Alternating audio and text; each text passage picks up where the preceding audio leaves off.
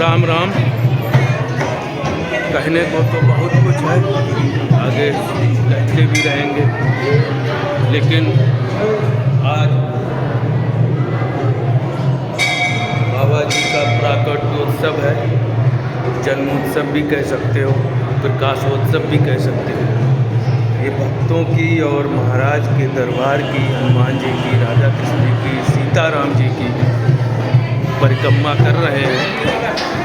और इस परिक्रमा को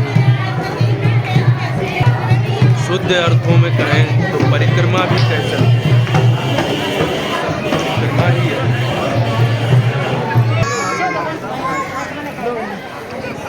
ये मंदिर है और आज हम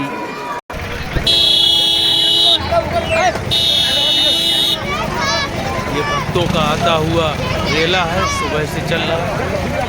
बल्कि कल भक्तगण आते रहे, रात को भी बहुत सारे भक्त ठहर गए थे मंदिर परिसर में। दर्शन कीजिए। हमारी आवाज़ उतनी अच्छी नहीं आ पा रही होगी, लेकिन फिर भी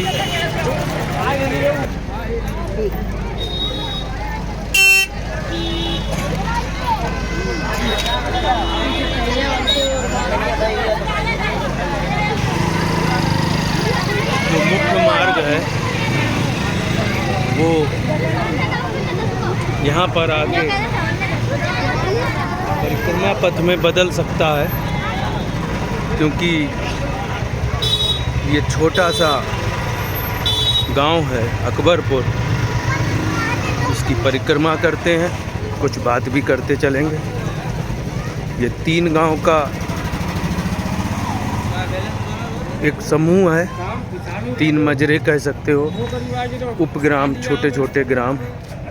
उसकी एक ग्राम पंचायत बनती है। और उस ग्राम पंचायत के प्रधान रहे हमारे महाराज जी, भीम करौरी बाबा महाराज, जिन्होंने पूरे संसार को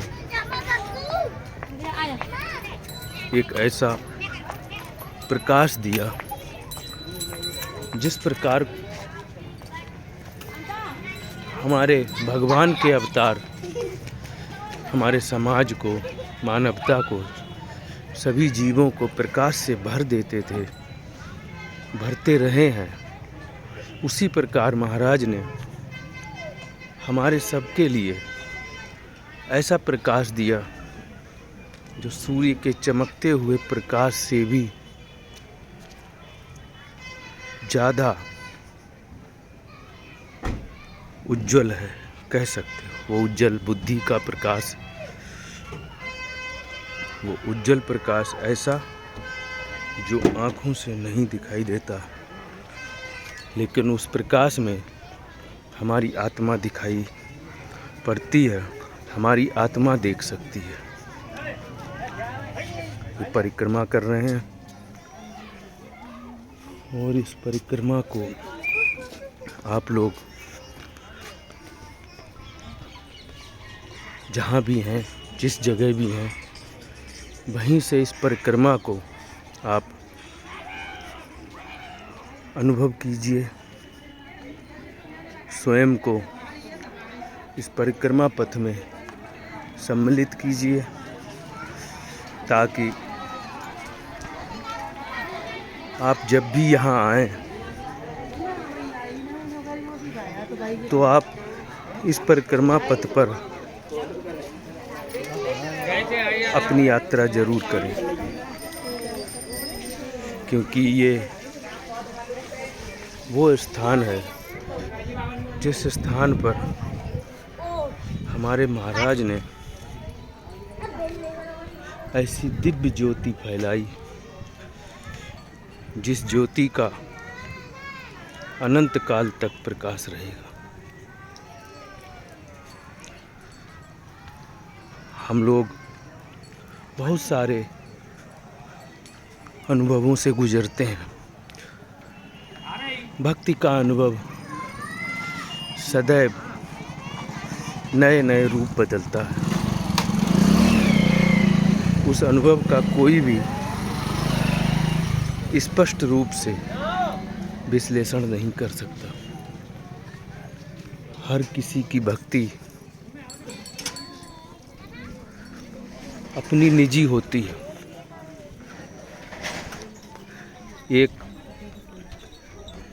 एक व्यक्ति अगर एक प्रकार से अपनी भक्ति करता है तो अन्य व्यक्ति ठीक उसी प्रकार से अपनी भक्ति पथ को आगे बढ़ाए, ये संभव नहीं। बहुत सारे विचार हमारे मन में चलते हैं। वैज्ञानिकों का रिसर्च कहता है कि लगभग 50 से 60 हज़ार विचार 24 घंटे में हमारे मन मस्तिष्क पर कौंधते हैं। उन विचारों की बहुत तीव्र चलती श्रृंखला को कम संख्या में ले जाना ही भक्ति है।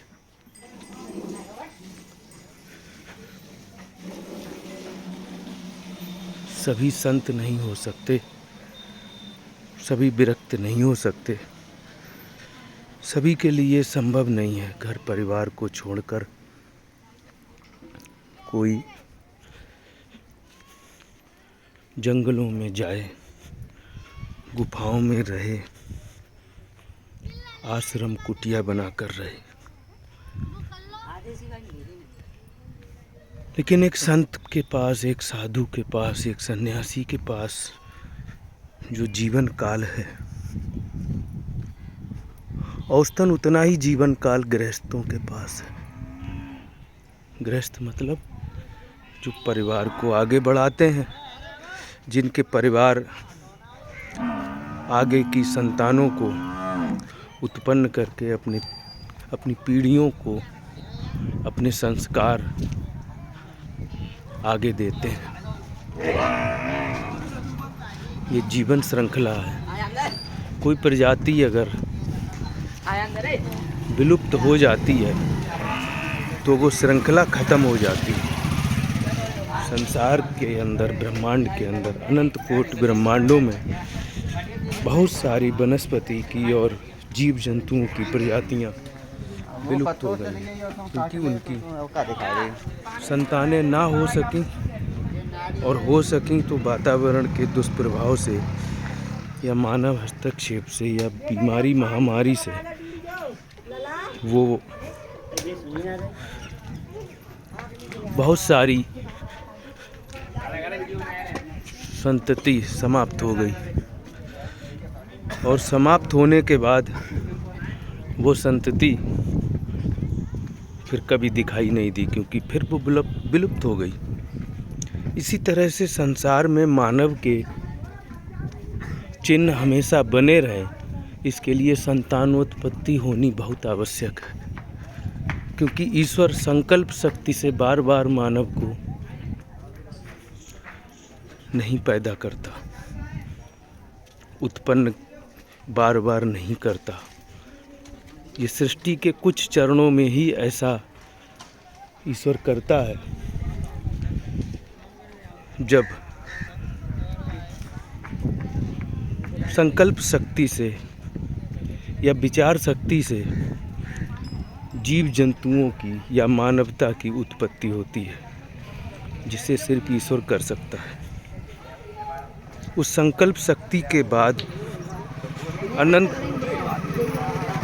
काल तक तो नहीं, लेकिन जब तक ईश्वर चाहे, जब तक सृष्टि चाहे, तब तक वो संतानोत्पत्ति से ही मानवता का अस्तित्व धरती पर रहता है या किसी ग्रह पर रहता है।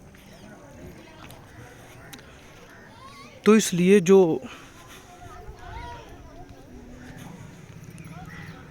बहुत सारे मानव हैं जिनके अंदर भक्ति का बीजारोपण तो है, संस्कार तो हैं, उनके अंदर श्रद्धा है, उनके अंदर भक्ति है,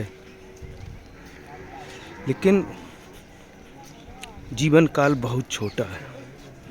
यदि वो गृहस्थी में है, यदि वो विवाह संबंधों को लेकर आगे बढ़ रहे हैं, तो उसके बाद उनकी शिक्षा से लेकर विवाह, फिर संतान, फिर उनके भरण पोषण, इन सारे कार्यक्रमों में इतना ज़्यादा उसको समय खर्च करना पड़ता है कि सरल भक्ति पथ उसके हाथ से निकल जाता है,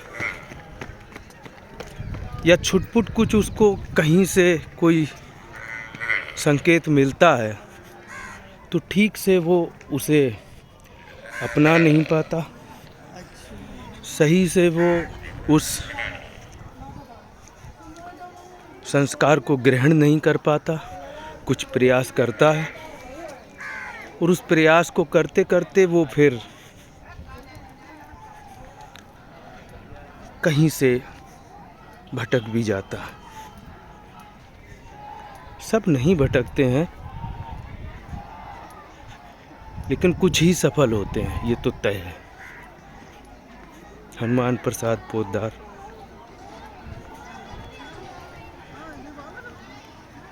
एक अच्छा उदाहरण है, जिन्होंने गीता प्रेस की रीढ़ बनकर काम किया। गृहस्थ थे, अनंत काल तक उनका यश धूमिल नहीं हो सकेगा। एक गृहस्थ के लिए एक संसार की जटिलताओं में उलझे हुए व्यक्ति को कैसे भगवान का अनुभव हो, कैसे वो अपने भक्ति पथ को आगे ले जा सके, किस तरीके से वो ये परिक्रमा पथ में हम आ गए हैं। थोड़ा सा दर्शन करा दें आपको भंडारे को, ये प्रसाद ग्रहण करके अपने अपने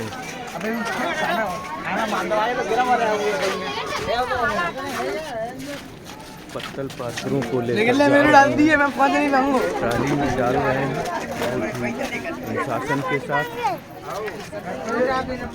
ये जीव जंतु जो इस शीत प्रसाद को ग्रहण कर रहे हैं, उनका अगला जन्म निसंकोच ही श्रेष्ठ मानव के रूप में होगा।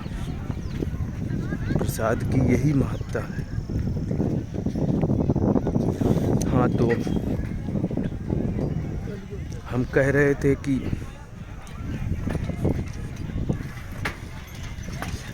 इस संसार में गृहस्थों के लिए भक्ति पथ बहुत ही दुष्कर है, क्योंकि जैसा संत महात्मा सन्यासी आचार्य जो नियमावली बताते हैं, वो नियमावली हर किसी को अक्षरशः अपनाना संभव नहीं होता, और ऐसे में उसका मन थोड़ी सी शंका पाकर अपने मन में कमजोरी उत्पन्न कर लेता है, और उसका अंतर्मन जब उस कमजोरी को, उस संकेत को पकड़ता है कि कुछ चूक हो गई, कुछ नियम नहीं निभाए जा सके, तो भक्ति का कोई भी कार्यक्रम उस प्रकार आगे नहीं बढ़ सकता जिस प्रकार उसे जाना चाहिए। कारण, क्योंकि भक्ति कितनी है, क्या उसके आगे होना है, ये अंतरात्मा का निर्णय होता है। उसमें हमारा मस्तिष्क उसका विश्लेषण नहीं कर सकता। इसलिए बहुत ज़रूरी है कि अंतर्मन संतुष्ट रहे। उसके संतुष्ट होने के लिए मन को विश्वास आना चाहिए कि हमें क्या करने से कितना हो सकता है। ये पार्किंग है, और लगभग थोड़ा कूदते फांदते इधर उधर हटते बचते मेड़ों को आगे लांघते छलांगते हमने लगभग परिक्रमा पूरी कर ली है। हम ऐसा विश्वास करते हैं कि अगले वर्ष या उससे अगले वर्ष या उसके अगले, जैसे जब बाबा चाहें, तो ये श्री अयोध्या जी जैसा, श्री वृंदावन जैसा, श्री नैमिषारण्य जैसा एक छोटा सा परिक्रमा पथ बहुत पक्का बने, बहुत सुंदर बने, बहुत भक्तिमय बने। चाहे वो इन तीनों मजरों को मिलाकर एक परिक्रमा पथ बने या सिर्फ अकबरपुर धाम के लिए ही बने, वो परिक्रमा पथ होना चाहिए जिस पर भक्त दंडवत परिक्रमा भी कर सकें, पैदल परिक्रमा भी कर सकें और छोटे मोटे वाहन से भी कर सकें। हमारी बहुत अभिलाषा है कि इस परिक्रमा को प्रारंभ होना चाहिए या आरंभ होना चाहिए, क्योंकि इस परिक्रमा के बीच में कोई ही शायद भक्त परिक्रमा करता हुआ दिखाई पड़ा है। तो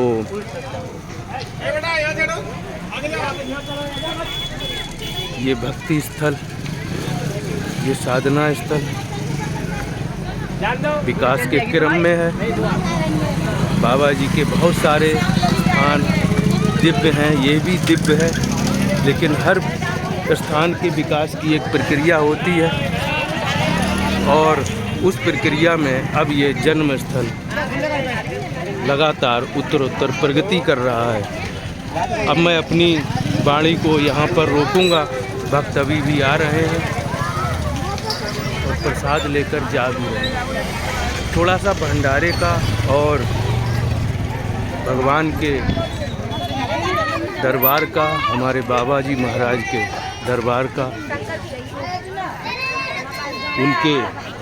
उनकी धूल का, उनके चरण रज का दर्शन कराएंगे और यहीं से हम ये परिक्रमा बंद कर देंगे।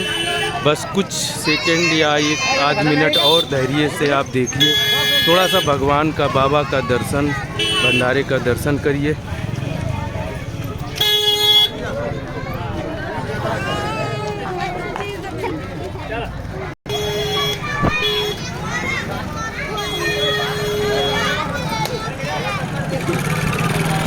ये भक्तों की चरण रज है, इसको अपने माथे पर लगते हुए महसूस कीजिए। हमने लगाई है, अपने हृदय पर लगाया है, इसे माथे पर आप भी लगाते हुए महसूस कीजिए इस चरण रज को। और हमारी बात अगर कुछ समझ में आए तो ठीक है, नहीं भी आए तो आप दर्शन कीजिए। आप इस बात की चिंता मत कीजिए कि आपको मेरा क्या बोलना समझ में आ पा रहा है, क्या नहीं समझ में आ पा रहा है, क्योंकि मुख्य जो कार्य है इस वीडियो को बनाने का, वो भगवान महाराज का दिव्य क्षण आपकी आँखों के सामने लाने का है। ये दुनिया में, संसार में प्रचारित होगा। हम मंदिर से चले थे और मंदिर में ही आ गए हैं, मंदिर के सामने। एक बार बाबा जी के दर्शन करा दें क्या? चलो करा दें। जहाँ भगवान जी, बाबा जी बैठे हैं,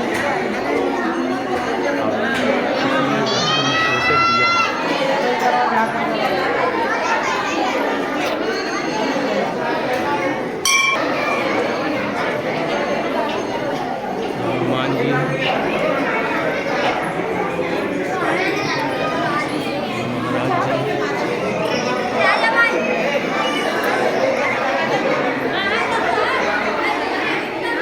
राधा कृष्ण जी हैं। यहाँ पर रामचरितमानस का पाठ हुआ था और ये पंडित जी महाराज ने ही 7 दिन श्री राम कथा कही थी। यहाँ यज्ञ हुआ था। उस यज्ञ की रात, यज्ञ की विभूति लोग भक्त अपने घर लेकर जा रहे हैं। उनका अंतर्मन, उनकी अंतरात्मा इस भभूत को अपने मस्तक पर लगाकर अपने घर में छिड़कने के बाद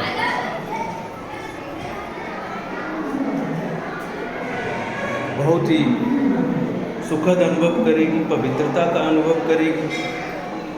ये महादेव विराजमान है मंदिर के एक साइड में। उनके भी दर्शन आपको करा दिए। यज्ञ स्थली पर फिर आ गए हम। ये सभी देवियों का अच्छे से यहाँ पर दर्शन हो रहा है, सभी भक्त कर रहे हैं। अब हम महाराज जी की डाक बंगलिया में चल रहे हैं, जिसे जोशी जी ने नैनीताल से आकर बाद में करीब 5 साल तक यहाँ प्रयास करके बहुत अच्छा एक विद्यालय प्रारंभ किया। यहाँ पुलिस प्रशासन भी पूरा सहयोग कर रहा है। सभी अधिकारी यहाँ पूरी कोशिश से व्यवस्था देख रहे हैं, लेकिन भक्तों की व्यवस्था से बढ़कर कोई व्यवस्था नहीं है। भक्तों ने जो व्यवस्था यहाँ बनाए रखी है, उसके लिए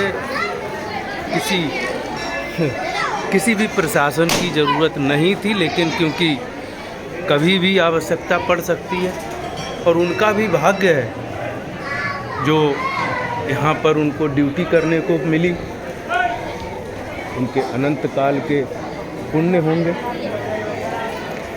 उनका लाभ ले रहे हैं, उन पुण्यों का लाभ ले रहे हैं। श्री श्री 108 बाबा नीव करौरी महाराज के द्वारा सन 1945 में स्थापित डाक बंगलिया। हम बहुत ही विस्तार से हर बात कहेंगे, लेकिन हम ये चाहते हैं कि पंडित लक्ष्मी नारायण शर्मा नाम था हमारे महाराज का।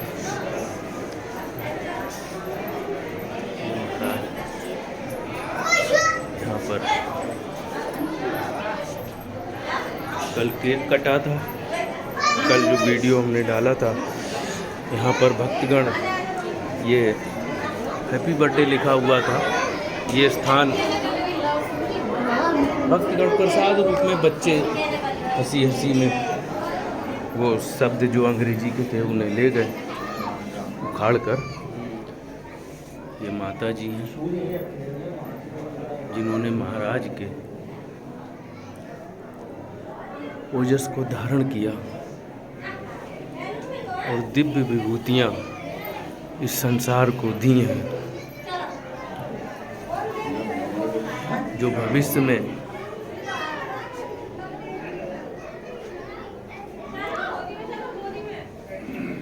ब्रह्मांडों की रचना में अपना योगदान देंगे।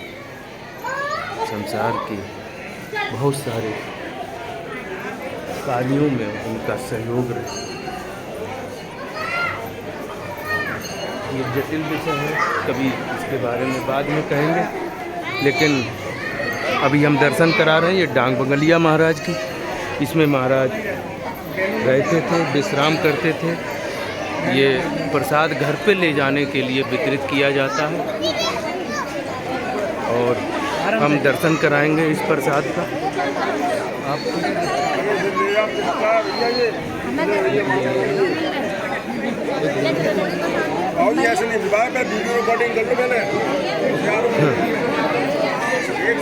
नाराज हो गए महाराज।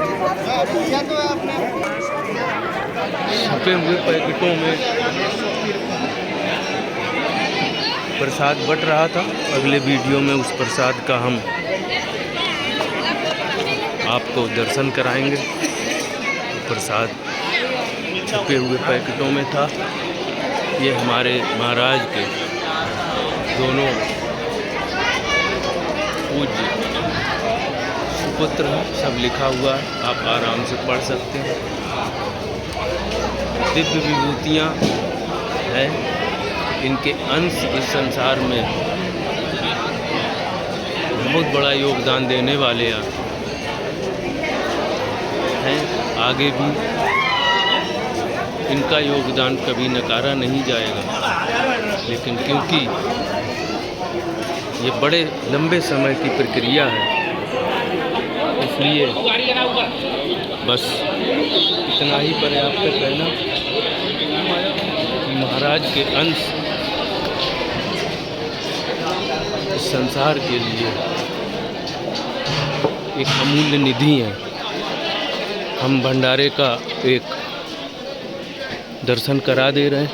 यहाँ बहुत सारी सब्जी थी, 5-6 तरीके की सब्जी, जिसमें कद्दू, गाजर, बैंगन, फूल गोभी, बीन, पालक और चुकंदर, केला, बहुत सारी सब्जियों का मिश्रण एक अद्भुत स्वाद को उत्पन्न करता था। और ये मिश्रण ही आज भंडारे में परोसा जा रहा है। ये मालपुए कल सुबह से बन रहे हैं, कल सुबह बने, पूरी रात बने, लगातार भट्टी चलती रही। और ये प्रसाद सभी भक्तों को उनके जीवन में एक दिव्य सुगंध फैलाने के लिए वितरित हो रहा है। और ये जो भक्तों का बहुत बड़ा समूह है, भक्तों का बहुत बड़ा रेला है, जो कल से धीरे धीरे शुरू हुआ। आज सुबह धीरे धीरे शुरू हुआ और 9-10 बजे के बाद अनवरत सिलसिला जारी है।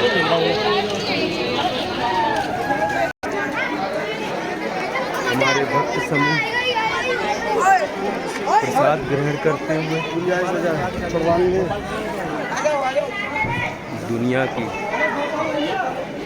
सर्वोत्तम औषधियाँ हैं, इन औषधियों से भी ये उत्तम कार्य करने वाला प्रसाद है। ये औषधियाँ सिर्फ बीमारियों को दूर करती हैं, जो हम लोग वक्त ज़रूरत पर इस्तेमाल करते हैं, प्रयोग करते हैं। मगर ये जो दिव्य प्रसाद है, ये देखो स्वान है, ये भक्तों को ग्रहण करते हुए कितने सम्मान के साथ दर्शन कर रहा है। और इसको प्रसाद मिल चुका होगा, आगे भी मिलेगा। इसकी भूख आज पूरी तरह से, इसकी क्षुधा आज पूरी तरह से शांत हो जाएगी। मगर कितने अच्छे तरीके से दर्शन कर रहा है।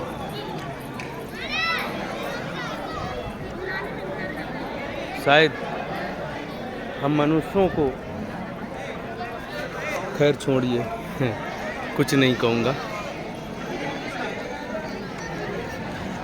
क्या भाव होगा इस स्वान के अंदर, इस कुत्ते के अंदर। अद्भुत दृश्य है, मन आत्म विभोर है।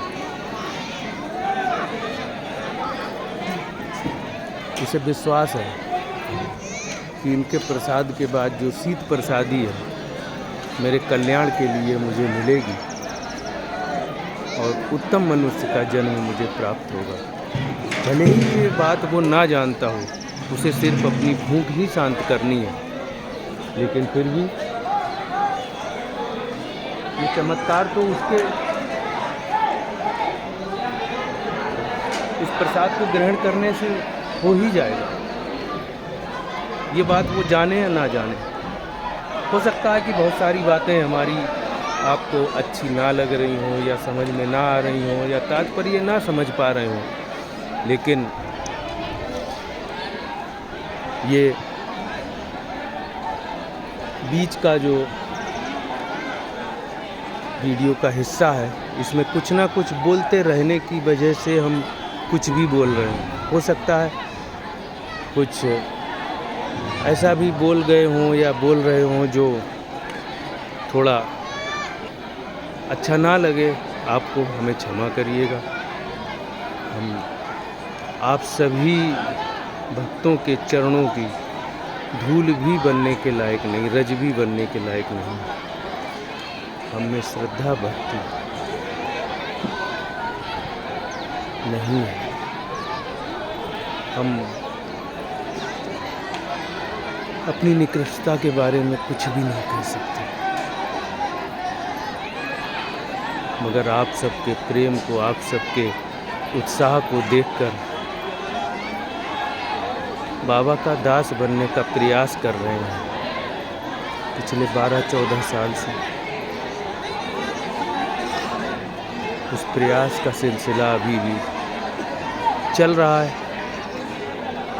पता नहीं इस प्रयास का क्या परिणाम होगा, उसकी चिंता भी नहीं है, ना कोई लक्ष्य है इस बारे में। बस इन भक्तों का प्रेम, इनका उत्साह, इनकी आत्मीयता, इनकी श्रद्धा देखकर हमारे मन को जो प्रसन्नता होती है, संभवतः हमारी अंतरात्मा का वही लक्ष्य है। हम क्या कहें, मन करता है कि ये कैमरा चलता रहे और बोलते रहें, लेकिन बोलने के लिए हमारे पास शब्द कहाँ है। ना हमारे पास ज्ञान है, ना योग्यता है, ना हमें सामर्थ्य है। हम कुछ भी क्या बोलेंगे। ये ट्राली में बहुत ही सुंदरता के साथ सब्जी भरी थी, बिल्कुल कोर तक भरी हुई थी सुबह, और अभी भी इसमें बहुत सारी सब्जी बची है। आपको भंडार गृह की तरफ हम ले गए थे अभी कुछ समय पहले, तो आपने देखा था कि वहाँ भगोनों में सब्जी बन के रखी है, तैयार है, कढ़ाई में बन भी रही है, मालपुए बन रहे हैं। हमें तो लगता है कि जितना भक्त समूह ग्रहण कर चुका है भोजन को, लगभग 4 बजने को होंगे शाम के, उतना भक्त समूह और भी आएगा तब भी ये सामग्री बचेगी, क्योंकि ऐसा हमेशा सदैव होता रहा। हमारे महाराज के सामने ही ये सब हो रहा है। बाबा नीब करौरी महाराज के ही सामने ये सब कुछ हो रहा है। उनका जन्मोत्सव ही एकमात्र उत्सव है। बाकी तिरोहित तिथि कोई मना ले, मनाते भी हैं, मगर वो तो दिव्य स्वरूप में सर्व सत्ता, परम सत्ता के साथ सम्मिलित होकर कार्य करते हैं भक्तों के लिए, संसार के लिए, अनंत ब्रह्मांडों के लिए। उनके किसी भी प्रकार का कोई भी कार्य मानवता के हित के अन्यथा नहीं हो सकता, जीव मात्र के हित के अन्यथा नहीं हो सकता। थोड़ा सा ये विद्यालय का पिछला हिस्सा दिखा रहे हैं और हम भक्त समूह को दिखाते हुए और मंदिर के ऊपरी हिस्से को दिखाते हुए इस वीडियो को समाप्त करेंगे, क्योंकि काफ़ी लंबा वीडियो होने जा रहा है और हमारी काफ़ी बातचीत हो सकता है भक्त समूह को, वीडियो को देखने वाले समूह को कुछ ऊब पैदा कर रही हो, लेकिन जो भक्त हैं जिन्हें बाबा से प्रेम है उनको अच्छा ही लगेगा। ऐसी हम उम्मीद करते हैं। ये पार्किंग है, भक्तों का आना भी चल रहा है, भोजन चल रहा है, प्रसाद चल रहा है, भंडारा चल रहा है। एक बार बाबा के चरणों को हम आपके दर्शन के लिए और दिखा देते हैं, उसके बाद वीडियो को हम रोक देंगे। हमारी कोई भी बात अगर आप में से किसी को भी उचित ना लगी हो तो हमें क्षमा कर दीजिए। बस हम चाहते हैं कि थोड़ा सा हमारे मन का भी परिष्कार हो, हम भी थोड़ा मानसिक रूप से भक्ति प्राप्त कर सकें। बस यही प्रयास था। हम किसी को भक्ति न सिखा सकते हैं, ना हमारी ऐसी सामर्थ्य है, ना योग्यता है। ऐसा प्रयास पुष्टता ही कही जाएगी। लेकिन वीडियो बना रहे थे तो कुछ ना कुछ बोलना था, बस बोलते गए। क्या सही था क्या सही नहीं था हमें नहीं पता है। आप बाबा से मतलब रखिए, उनकी भक्ति से, भगवान की भक्ति से, राम जी की, हनुमान जी की भक्ति से मतलब रखिए। हमारी बातों को आप विशेष ध्यान मत दीजिए। बातें अच्छी लगी हो तो कमेंट ज़रूर करिए, ज़रूर हमें संदेश दीजिए, मैसेज दीजिए, ताकि हम आगे अगर कुछ अच्छा बोल सकने के लायक हों तो हम प्रयास करें। भंडारे का निकट से दृश्य लगातार भक्त समूह सेवा करता हुआ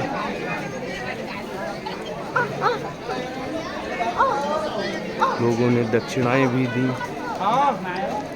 शारीरिक श्रम भी किया, दान भी किया। ये बहुत ही धैर्य के साथ पंगत उठने का और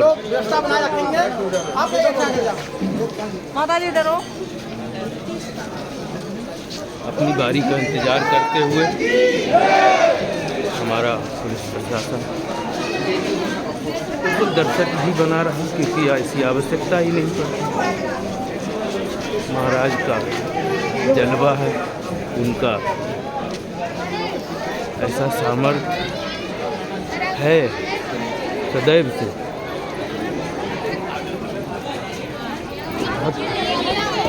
उन्हें अपने साथ महसूस करता है, अपने सामने महसूस करता है, इसलिए वो संसार के किसी भी उपद्रव को भूल जाता है। कि चरणों पर आप अपना मानसिक मस्तक रखिए, इनका दर्शन कीजिए। ये हम सबके कल्याण के निमित्त हैं।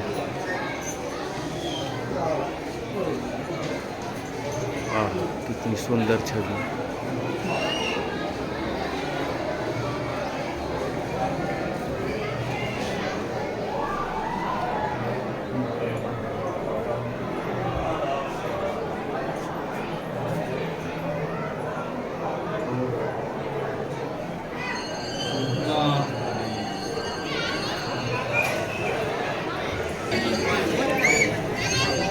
फूल खरीद कर लोगों ने प्रसाद रूप में उन पुष्पों की माला को अपने गले में पहना, प्रसन्न है। बहुत अच्छी स्तुति चल रही है। इस बीच हमारा कुछ बोलना उचित नहीं है। महाराज के दर्शन कीजिए।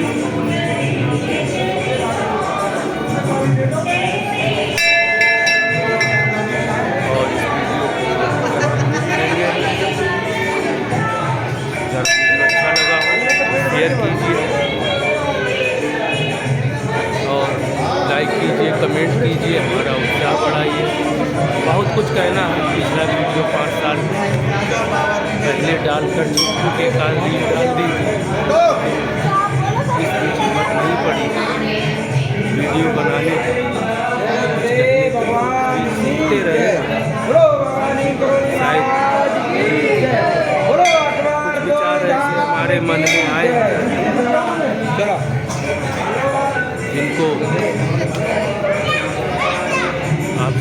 सामने रखकर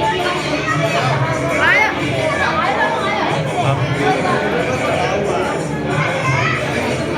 कुछ बता सकूं, सिर्फ सिखाने समझाने का या ज्ञान देने का उद्देश्य नहीं है।